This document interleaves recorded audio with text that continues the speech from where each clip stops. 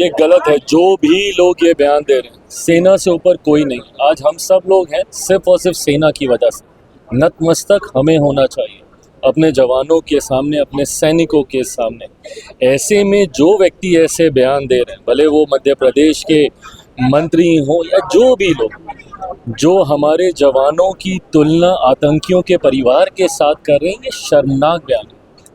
अगर ऐसा बयान मेरी पार्टी का कोई देता तो शायद मैं उसे तत्काल प्रभाव से उम्र भर के लिए पार्टी से बाहर कर देता। बट बहरहाल मैं गठबंधन का साथी होने के नाते सिर्फ ये सुझाव ही दे सकता हूँ ऐसे में। पर मैं इतना ज़रूर मानता हूँ कि हमारे गठबंधन का, हमारे देश का नेतृत्व हमारे प्रधानमंत्री का, और प्रधानमंत्री जी की सोच सबका साथ, सबका विकास, सबके विश्वास की सोच है।